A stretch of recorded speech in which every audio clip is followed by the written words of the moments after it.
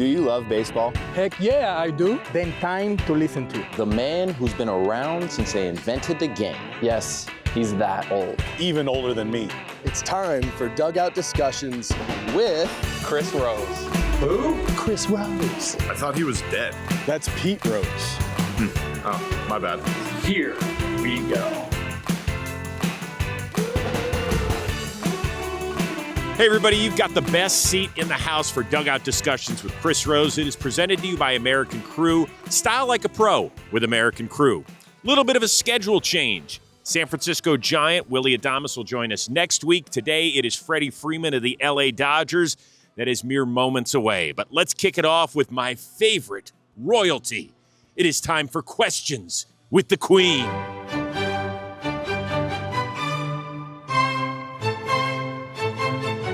Now, this is an easy one.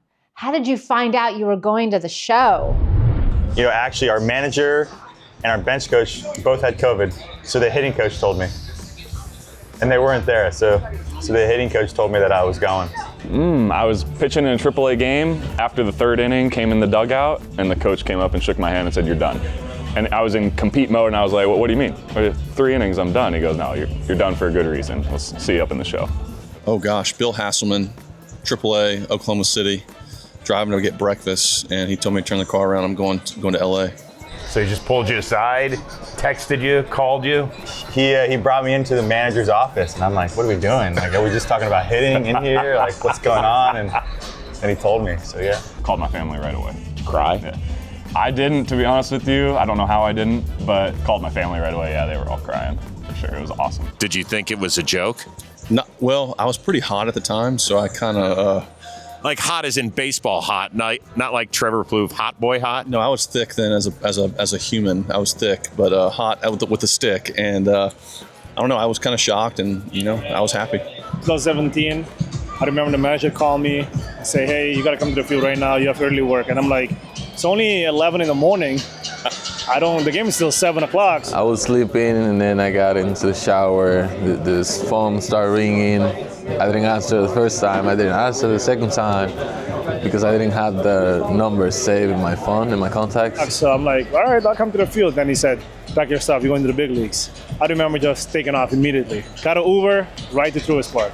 I answered, and it was Tony DeFrancesco, my manager, and he gave me the news. But I almost didn't answer the phone.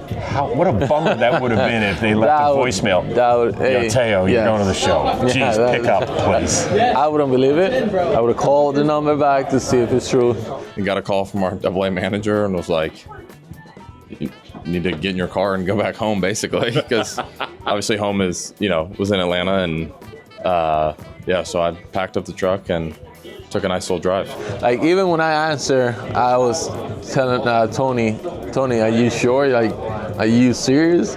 Yeah, you going to the show, get ready, you going to Toronto. So it was something that I'm not gonna forget. I always remember like the exact same moment, everything that I said and everything that Tony says to me. So how'd you do it? Did you like knock on the door or just walk in and say? No, they knew. I called my parents and told them and headed that way. And it's a nice 5.5 hour drive. So it was about the best 5.5 hour drive you could get. Late last night. Not that one. The one like centuries ago. Oh, that one. Your original one. I was in Albuquerque, New Mexico, and I was just eating in a Mexican restaurant. And I really didn't get a call. When I got back to my apartment, I had a note on my door that said, you've been called up to the major leagues, and then I went to scrambling. No, the first one, that was whirlwind. You don't expect ever to get called up after giving up a walk-off, Thank goodness the guy was on a big league rehab assignment, so that kind of had me in my favor. Who was it? Johnny Gomes. First thing I did, I called my mom and dad, let them know I went to the big leagues. But back then, my mom and dad couldn't get away from what they were doing to come up here. So I started scrambling my stuff, and then I went to LA, and I was at the Biltmore Hotel, and I walked in there, and the first person I walked into was Manny Sanguin of the Pittsburgh Pirates. We was playing the Pittsburgh Pirates. That one was incredible. Talking to Trent Jewett, who was a manager in Indianapolis at the time, says it's not going to hit you till you get through the tunnel in Pittsburgh, and that's when you realize you're there. And sure enough, proper words, but I'd use other words, but he calls me at the exact time as I'm going through the tunnel, and I'm like, how did you know this? He goes, I just had a feeling. He goes, enjoy. And, you know, it was one of those feelings that, you know, called him right after, and I said it was a blessing. I made a base running error in the game. The manager called me in, told me to not freaking do that tomorrow in the big leagues. So it was pretty cool. It was pretty sweet. I was in spring training in 2022. Walk in the office, it's GM, AJ, and Miggy, and they tell me right then and there, and Miggy gave me a big old hug, and it was a pretty cool moment. Yeah, to have a future first ballot Hall of Famer tell you that you made it? Yeah, it's pretty cool. Jared Banner, actually, right over there, called me, and he broke the news, which was cool because he was my farm director with the Mets, and he was a big part in getting me over to Chicago, and he's been a big supporter of mine thus far in my career, and then I just immediately called my mom. I was actually in Colby Allard's room, and our manager, Damon Berryhill, couldn't get a hold of me. So he ended up getting a hold of Colby. Colby handed me the phone, got the news, and made my way up. So if he didn't have the phone, you'd probably still be down there chasing balls in the outfield. Good chance. Yeah. Good chance. Did you cry? It's okay if you did. Yeah, I'm confident in my emotions and everything, but I think I shed a little tear. We had actually lost in playoffs in AA in Rocket City, and I landed at JFK, and I was at baggage claim, and my manager, Andy Schatzley, had called me, and I just started crying in baggage claim, in the middle of baggage claim. I got called into the office, and AAA SW Clap called me in, sat me down, said, we were watching the game. Whatever, I don't know what big league game was going, he goes, you think you could pitch up there? And he was like, yeah. I said, all right, cool, well, you're gonna head out to San Francisco and go join the team out there. Everybody that's in the airport saying, my God, I've lost bags before. What the hell was in that guy's luggage? That's exactly what it was, but I did not care one bit. The craziest call of my life. Did you cry? When I called my mom, I did.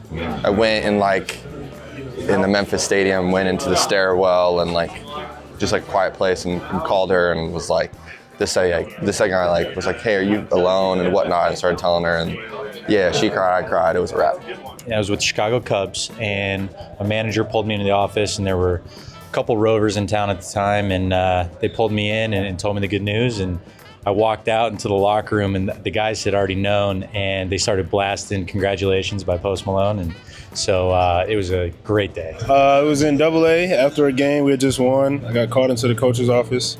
He kind of gave me the news with all the coaches in there. And for some reason, I told him, no, I'm not going, because I didn't believe him. That was how I got the call. Wally Backman brought me in and told me I was going up, and he wanted a bottle of Doors, so I got him a bottle of Doors. Wait, you had to buy him something? Easiest bottle I've ever bought. To get the call up to the big leagues, I'd do that every time. Hold on, you told them, no, I'm not going. No, I'm not going. Because, I thought he was lying to me, so I told him that for some reason, but I'm still here, so I ended up coming. So who's the first person you called? My dad. Yeah. He dropped me off when I was 18 at the airport for pro ball, so he was the first one I called. Did you cry? I don't want to embarrass him. Somebody cried. I'm a dad. Are you kidding me? I'd be bawling my eyes out if one of my kids made the show. He teared up. Good. Yeah. Like this year? No. Like okay. No. Oh, man. You made it for the first time. They just didn't tell me to leave, so I just showed up here. We were at home in Huntsville, and it was like 12:30 at night. I was asleep. The only person, I had my do not disturb on, the only person that could call me was our manager in AA. And I saw the phone ring, and I looked up, and I was like, my heart just dropped. I was like, oh my, but in a good way. I was like, oh my gosh, I think this is what it is. And I got called into the office, and they were like, you're out of here. And I thought I was released, and they said, no, you're going to Colorado.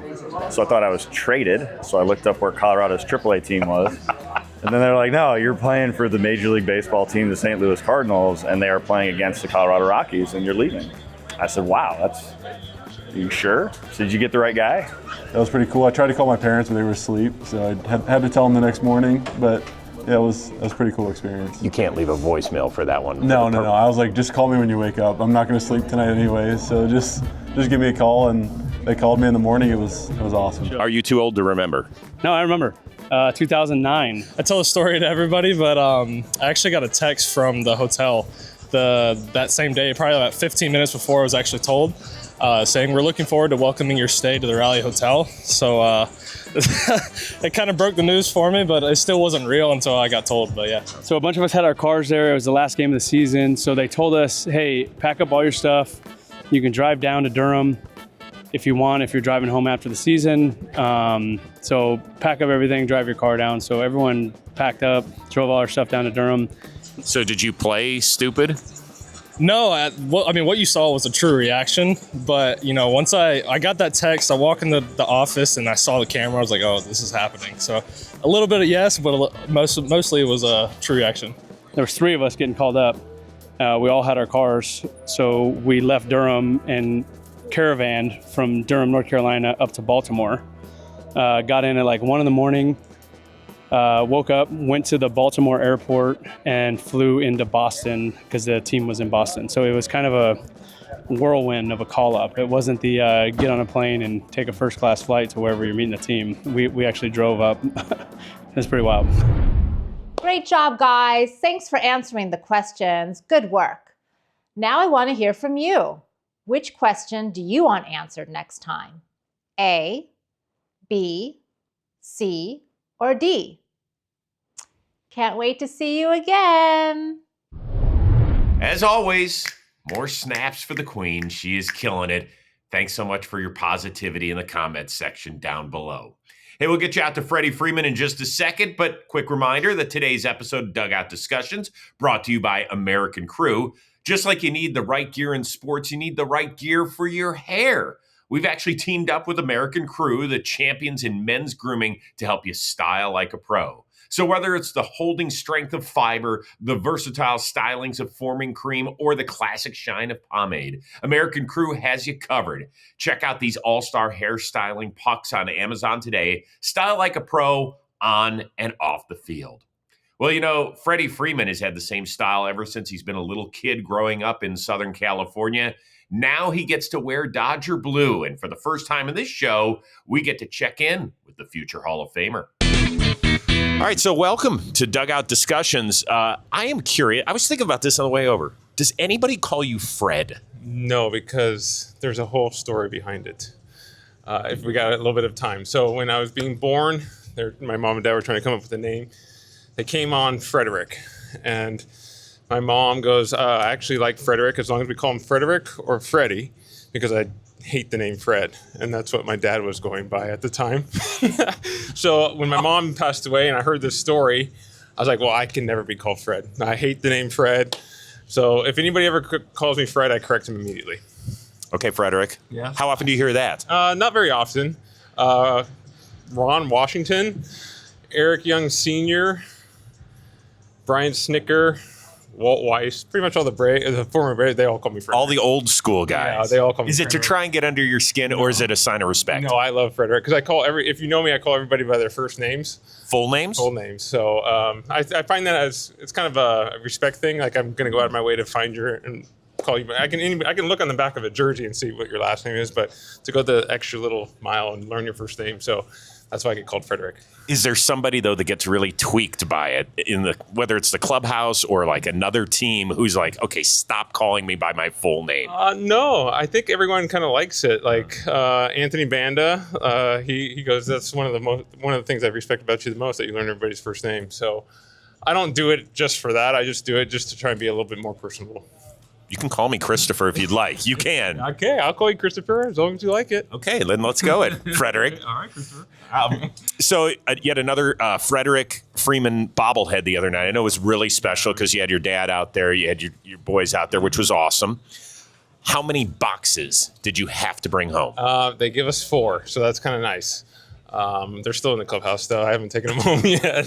But I think I'm going to do that today. But I think it's really cool.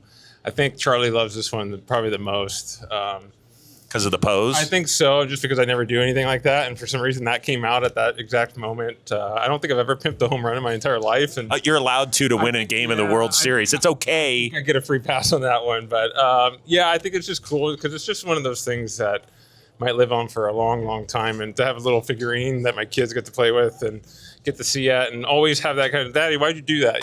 So it's a kind of a thing that we'll be able to talk about forever. So was there somebody in the offseason who came up to you with a wonderful World Series memory, story, something from that home run that was so special? I actually have a couple. I've met many people that have tattoos of me now on them with that pose. But I think the most memorable one, we had our Dodger Fest. And a guy did a luncheon, and a guy told a story about how he was in right field with his two boys, and he used to drink when he came to the games and drank a lot. And for that day, he didn't drink because he wanted to be more present with his kids at the game. And he said the ball flew over his head, and he hasn't drank since because his boys wanted to go to the field the next day and play baseball and do it over and over and over again. And he told me that story, and that's what sports can do for people. It can change people's lives. I'm not trying to go out and do that, but when you hear that, it just gives you like a sense of like a renewed purpose of going out there and just giving everything you got, because you can change people's lives forever. You create moments and memories for people and their families. And for that story to be told to me, that gave me chills. And he told me that at Dodger Fest, and I'll never forget it. That's pretty emotional, man. I know. Just a home run in a certain situation can change so many different lives and how they go throughout the rest of their life. And for me to be a part of that, to help him not be able to drink anymore, that's pretty special for me. That's great. Yeah. Plouffe and I discussed one time somebody getting a tattoo of a player, and I asked Trevor, would that be cool or would it be a little weird? So what is it? I think it's kind of cool. I think it's weird at first when you see it, like, whoa, like, man, I hope I can live up to that, But I think it just means that you influence and impacted someone's life so much that and they're obviously massive Dodger fans. There's so many Dodger fans that just bleed blue, So for us to be able to create something that will last for generations, I'm sure they're gonna be talking about that forever. Us winning a World Series last year, but then you see yourself on someone's body, and it's like, whoa. So was it full body? Was it head to toe? Was it just face? Was it your teeth? No, what was it? It was hit on his shin, and it's my pose. And then I've seen tattoos of people with like the ball flight, and then I've seen 3 tattoos in person, and they've all been the pose. So hopefully. Hopefully I keep doing good things and they don't want that to come off their body. We want you to stay healthy this year. Mm-hmm. So when I heard that you slipped in the shower, I'm like, my God, that sounds like something I would do. So you just have to clarify. Were you jumping over a tub? What was it? Okay, so we had a Sunday day off, rare Sunday day off. And I was going to come in and just do a little bit of treatment. And I was like, you know what, I'll get ready. But our master bedroom shower had a little leak. So we weren't showering in that one while I was getting it fixed. So I was showering in another guest room. But my aunt was there and she was about to shower. So then I was like, I'll just go to the other one. This isn't getting awkward at all. No. And then but that one is a bathtub shower. And so when I stepped in over the bathtub, my foot hit the bathtub and I just slid and fell, which it was a glass door, so it could have been a lot worse. But any healthy person that didn't have a surgically repaired ankle probably would have caught themselves, but I couldn't catch myself. So it just kind of really I pulled my scar tissue that was healing. So that's exactly what happened. There was nothing cool other than me falling in a bathtub. My wife literally said, I thought this was going to happen later in life and not at 35, but it almost was like it's kind of a blessing in disguise because that gave me 10 days. Because during the Tiger series, when I first came, the first 3 games I played, it was getting tighter and feeling a little achy by the 3rd game I played in a row. And then I had the 10 days off, and I got it to calm down. I'm actually feeling really good right now. So I hate to admit it, but I might have needed the IL. So at what point do we put one of the bars in the shower now? Because we're approaching that at some point. We got the shower fixed, so I don't have to worry about that shower ever again. I'm never going in that one again. So I hope I don't need the bar for a long time, Chris. All right, Christopher. Sorry. It's okay.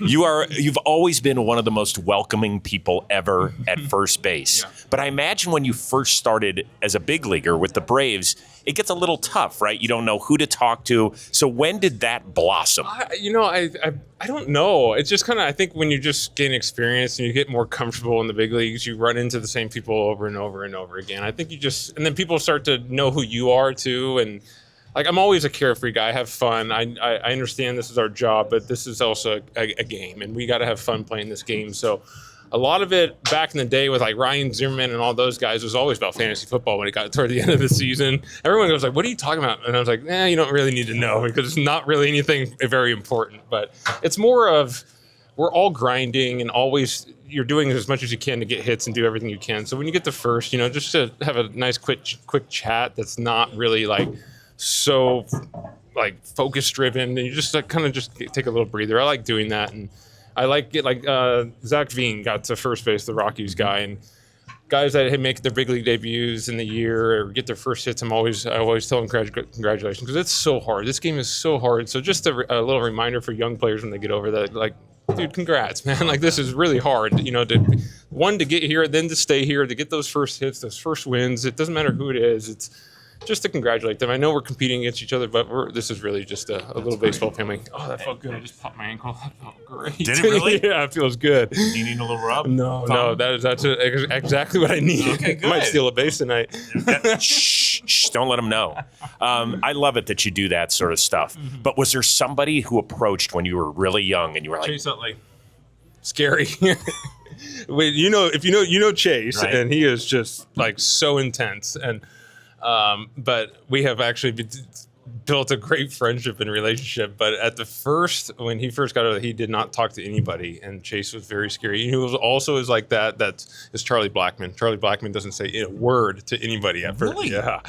But so that was my thing. When Charlie would get over there, I would try and get him to talk a little bit. So it was almost like a little game for me. But yeah, Chase Utley was the one, and then we got to know each other a little bit more. But that's the one guy I was scared. There was a shot a few years ago of you with Soto, and I think Soto was in a Nationals uniform still, and you are talking. He's not saying a thing. Yeah. What was that? I couldn't tell you what I'm saying. Most of the time I'm just talking, just having fun. I don't know really what I'm talking about. It's usually nothing very important. But you remember the baby shark thing. It is maybe one of my favorite videos of you looking out where you could not believe what was happening. Yeah, the whole stadium was doing it, and I just could not believe it. And then I look and Gerardo Parra is just in there just going like this right at me. Scherzer's doing it. Yeah, everyone was doing it. It's just, it's kind of like the dance here now. Everyone kind of, it's like it caught on and they won the World Series. Are you upset that maybe the Freeman dance has been replaced by the Shohei commercial move? No, I'm okay. I'm okay. We still do the dance. Everyone can have a little fun, Okay. So the dance is at second for extra base hits, and now we do that. I wasn't here for that because I was on the IL, so I'm still trying to learn it. I got my first single yesterday, and I was like, I was doing it wrong. He makes it look a lot cooler in that commercial. So finally, there's a few things out there that are up for grabs. How important is 3,000 career hits to you? Kind of important. If you would have asked me 10 years ago, I probably would have given you a different answer. But as I've been playing a long time and we're getting, 700-ish away, it is kind of cool to think about. But I'm obviously going to need health and to keep playing well. But I think it would be very, very cool because we lost, 100 games with COVID. I've been on the IL a couple of times. So there's been some things that deter that. But, you can kind of see a light, really, because, in my head, I maybe have like 5 years left, So if you can just average, 150, I might make it, which is kind of crazy to say. But round numbers are cool. But I think, I guess I would like that. Do you know how many guys have done it? I think there's like 30 something, right? 33. Yeah. Pretty awesome. That would be pretty cool. So hopefully health stays on my side and hand-eye coordination stays on my side for a few more years. You also are right at two other crazy numbers, which is a lifetime 300 average and almost a 900 OPS. Do you pay attention to those or no? The 300 average, I do. I've always been a hitter, and I like to hit. I like average. I know that stat has gone away, but I'm like, if you play every day and you hit 300, that's probably meaning you're about getting 170 to 175 hits, plus you're walking. So that means you're on base quite a bit. And I look at obviously, I just want to hit. And 300 career batting average, I need to have a couple more good years to push it up because maybe when I'm like 39 or 40, it might be a little harder. But you've been missing those infield singles, brother. I think I've missed those my whole career. I'm not very fast. So, but yeah, I do. Like right now is like benchmarks for me. I don't really speak about goals, but like I love hitting 300 and 900 OPS during the course of the season. If that happens in a career, that's pretty cool. But that is so hard to do, and especially in today's game. But the pitching is just so good. You're facing 4 guys a game. They're all throwing 95 plus. Balls moving all over the place. So if it happens, it happens. But so far, it's been a pretty good career. All right, last thing. Is it fair, World Series or bust label on this team? I think we love hearing that because that means we got a good team. And I think even if you didn't put us on that as a media aspect of World Series bust, that's how we feel. Like, we're trying to win the World Series every single year. And obviously, realistically, is that going to happen? Probably not, but we're going to do everything we can because you never know what's going to happen. Like 2 years ago, Mookie didn't get any hits. I didn't get any hits in 4 games. You just never know what's going to happen in baseball, and it's so unpredictable. I mean, just like last year, we were one game away from getting knocked out in the NLDS. So for it to be World Series of bust, I think we welcome that. We love that because that means our front office and our ownership put together a pretty good team. This was fun. I like catching up with you. It's nice. I like this. I liked it too. Yeah, with a pop in my ankle, and I'm going to steal a base for you tonight. Don't do it for me. Really do it for you. I'm going to do it for you. I need 2 more. There's another round number. 2 more for 100. Oh, God. Yeah, you better get that this year. You better, because then you can stop running. Yeah, then I can really slow down. But yeah, 2 more for 100. You know who brought that one up to me like a week ago? My dad. He was like, Freddie, you need 2 more stolen bases for 100. I was like, you had no idea? I didn't know. No, not on the stolen bases. Just because of the fact that no one really views me as a base stealer. I just try and be a good base. You had over 21 year, didn't you? I did a couple of years. I just try to be a good base runner, which is, just trying to be a complete player. But sneaking in 100 in your career when, I feel like I could hardly make it to second base on doubles because I'm so slow. But sneaking 100 stolen bases, I think that's pretty good. We'll wheel you out of the shower and to second base at some point. Hopefully someone forgets and goes like a 1-9 to home plate and I'll just sneak in. But that means I got to get on base. I got to steal first. Frederick, this was a blast. Thank you. I appreciate the time. I want to thank Freddie Freeman. And of course, if the Dodgers are represented, that means the San Francisco Giants. They get representation as well. We'll be joined by their new shortstop, Willy Adames. That is next week. The show's going to be released Sunday at 2 p.m. Eastern. Don't forget to hit subscribe and a thumbs up to like it as well. We'll see you next time here on Dugout Discussions with Chris Rose.